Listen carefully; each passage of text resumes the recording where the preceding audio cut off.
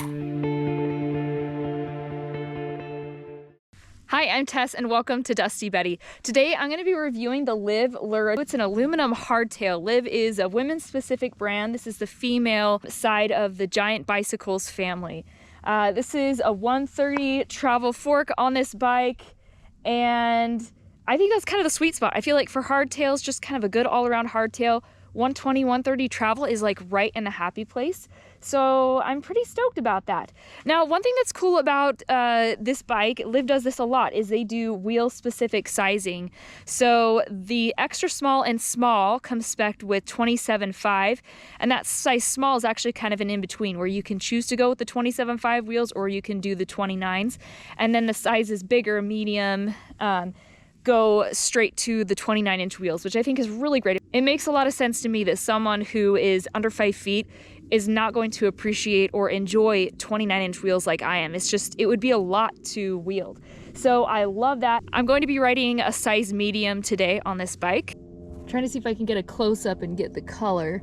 It's really pretty. It's a dark, shimmery, kind of teal, blue, green. Really nice. We've got SRAM NX shifting on here. And I think this is a really great bike to get a lot of people into the market. And depending on what you plan to do, this may be all you ever need. So we're gonna get it out on the trail, talk a little bit more about how it performs. My husband Steve did a video where he pulled this out of the box, talked a lot about the geo, kind of checked it. The head tube angle online, it says it's a 66-degree head tube angle, but it is actually quite a bit slacker than that. So it'll be interesting to see how that actually feels on the trail, but let's get it out there. We've got a dropper on this, which I highly recommend. If you're shopping for a mountain bike for the first time, get a bike that gets you into the market where it comes with a dropper post, because it's not just an ease and comfort thing. It's also kind of a safety feature to be able to get that saddle out of the way when you need it. And in general, if you're shopping for a mountain bike for the first time and you're looking at, sub $1,000 bikes, I say save up just a little bit longer. Get something more between the $1,000 and $2,000 range. Because there are some decent bikes in this range that you can find that meet the needs of a lot of riders. All right, enough chit chat. Let's get riding. So my husband Steve from his channel Hardtail Party, I'll make sure I link his video because he's also got a review of this bike, but I didn't watch his review yet. I wanted to make sure I filmed mine before I watched his. I watched his overview because he will oftentimes double check the geo of these bikes, which is really interesting. But yeah, now that I'm done with this review, I'm gonna go home and watch Steve's, see what he has to say about this bike. The reach on this bike is a little short compared to some bikes, which is not necessarily a bad thing. I know some people, they like to always go to a specific reach measurement, but for me, it really depends on what I want to do with the bike. And a lot of times on a hardtail, I can handle a little shorter reach. It's, I'm sitting upright, I'm looking at the views, I'm not riding steep, gnarly stuff. I don't need to be super stretched out, but I can still throw a lot of tech at this bike. And I will say a lot of the ladies, especially starting out, do appreciate a bike with a little shorter reach. Just because they are perched up a little bit more, a little more upright, can see what's going on.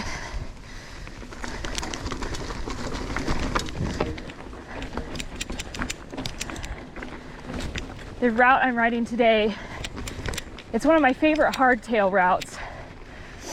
It's mostly blue square trails, so it's nice and pedally, but there is some tech, so you don't get bored.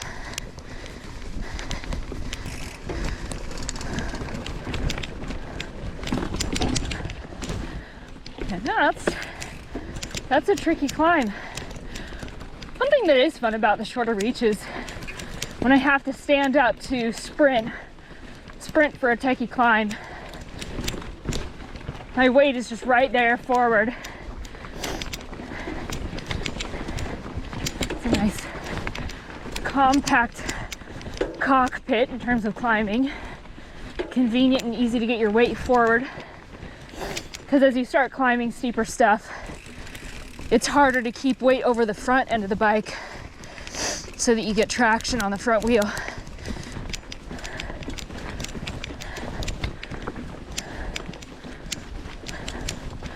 I'll have to link Steve's video because he does a great job going over the geo of this bike. But I think it's, rather than being 66 degrees, I feel like it's, he said it was closer to 64 or something like that. So I do feel like on pedally slow speed stuff, the front end is a little bit wandery. I think it's not only the head tube angle being so slack, but also kind of paired with that short reach, because it does push my weight farther forward. So with more weight on that front wheel with the slack head tube angle, it is going to be a little more kind of wandery. That being said, I can put this bike anywhere I need to. I've got good handling skills, but it's just something to know. If you're just starting out, it might be a little bit harder to put the front wheel where you need it. I'm on a trail called Airy right now. Some people call this section I'm on Upper Airy. But look at this view. It just seems like a shame to not stop and enjoy that view. Hot dog.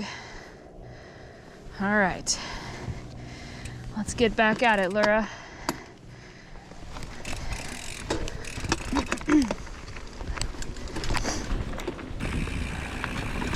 I love that in an industry where bikes, you know, go up to $12,000 and more, that there are still bikes in the $1,000 to $2,000 range that are real bikes. You know, they're not just toys. You can get out on some real trails like here in Sedona and have some fun.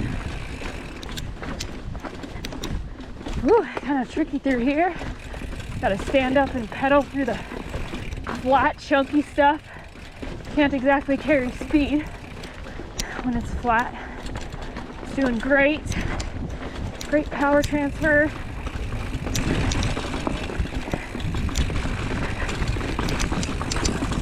I feel like this aluminum frame rides pretty nice and comfy. I'm a light rider, so if a frame is too rigid, it beats me up. Not having problems with that. It's great.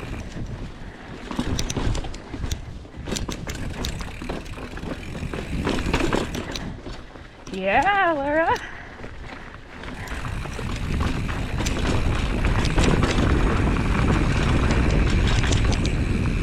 This is not a flow trail. This is Sedona cross country, but Sedona cross country is not flowy.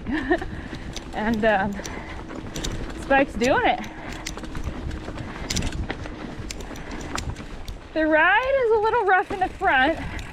At first I was thinking it was maybe just the bars feeling a little harsh, but the fork's not moving as much as I would love. Not a lot of small boat compliance.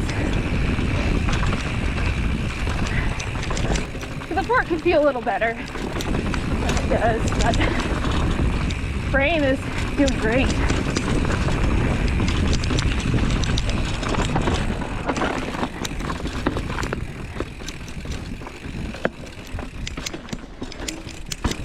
Little mini diving board there. So quick word to my newer bike shoppers, okay? Hardtail, so bikes that have suspension in the front but not the rear of the bike. They're not just beginner bikes. I've been riding for a long time, coaching, and I personally have a hardtail and a full suspension. And I ride them pretty equally, actually. Now, if I'm riding something with a lot of big tech, a lot more like a route that's more black diamond than not, those are the days that I'll usually reach for my full suspension because it helps me out. Yeah, Lurra. That's a tricky spot. You come around that turn and boom, there it is. Anyway, yeah, so there are days definitely where I love to reach for the full suspension. But I love my hardtail because it gives me really good feedback, particularly about what I'm doing with my feet and the back end of the bike. So if from a skill standpoint, it's like a little feedback machine. Another thing that I love about it is it can be really efficient on the climbs. When you stand up and start sprinting, the power transfer is instant because you're not losing any of your energy squishing into the suspension, which is a really fun feeling. The other thing that I love about hardtails is they're so simple. And so from a maintenance point of view, it's less to take care of and maintain. You don't have that shock, you don't have rear pivots that you have to take apart and clean. So it can be a little less overwhelming to maintain. And if I'm going to be riding in conditions where I think I might hit some mud puddles once in a while, I'd prefer to ride my hardtail because I don't want to take apart my full suspension to clean it. Anyway, so hardtails are not just for beginners. They are beautiful, simple machines. Really fun. Full suspension has its place in my life, but I think I will always have a hardtail in addition to my full suspension. Nice. The chainstay is longer than the reach on this bike, which sometimes gives you a bike that doesn't pump as well, but this one, I mean, it's doing pretty great for what it is. I'm glad the chainstay isn't longer, but it's not bad.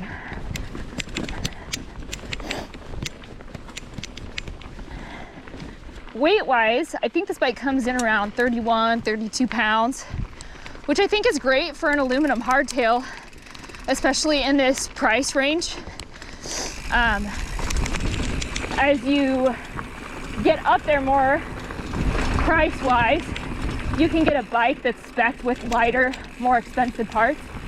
But I feel like this bike is an excellent value. I feel like I'm happy with the weight and the way that it carries the weight, especially for the price, which really matters to us females, you know, like we don't have as much muscle to throw around as the guys.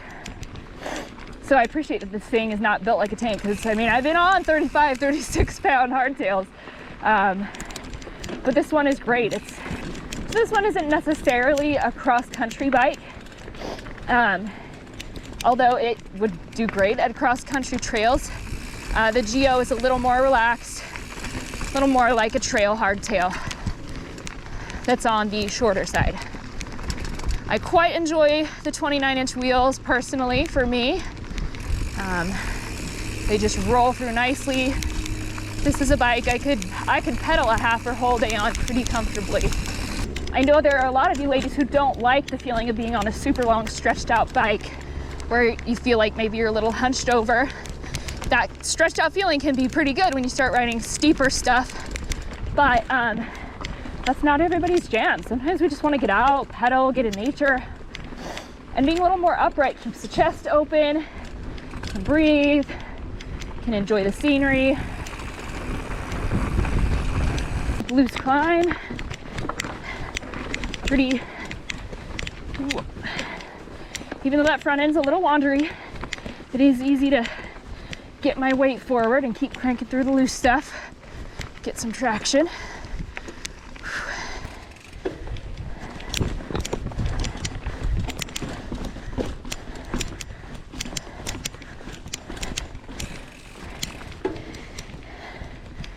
I have to say, I'm pretty impressed with the engagement on this rear hub. This is probably the best, quickest engagement I've ridden on a bike that's this affordable. I'm kind of impressed. That's great. So it's nice on the climbs if I have to pause, pedal, and avoid clipping my pedal on the ledge, start pedaling again.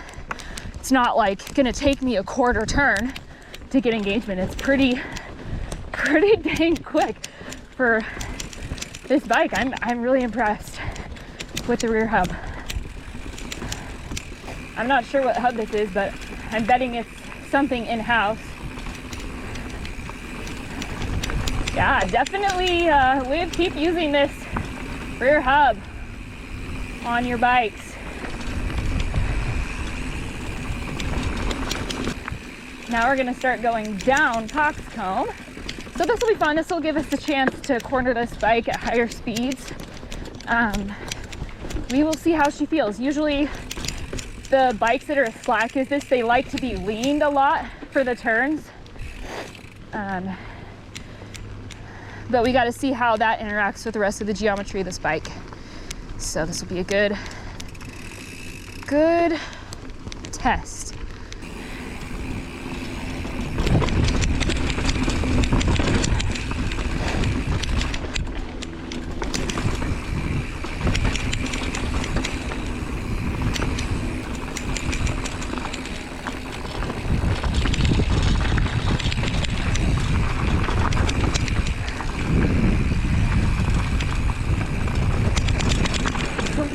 Crammed with the reach being so short with this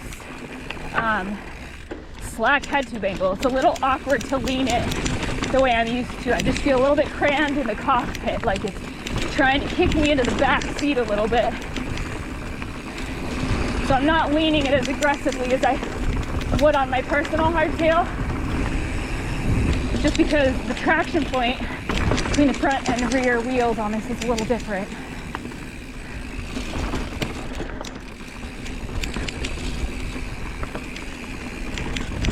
Whee!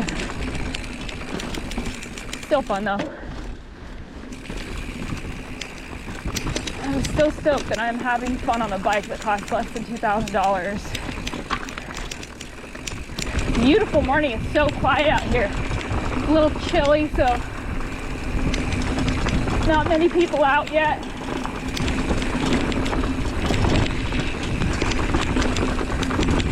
Nice, because I don't have to worry about oncoming so much on this trail right now.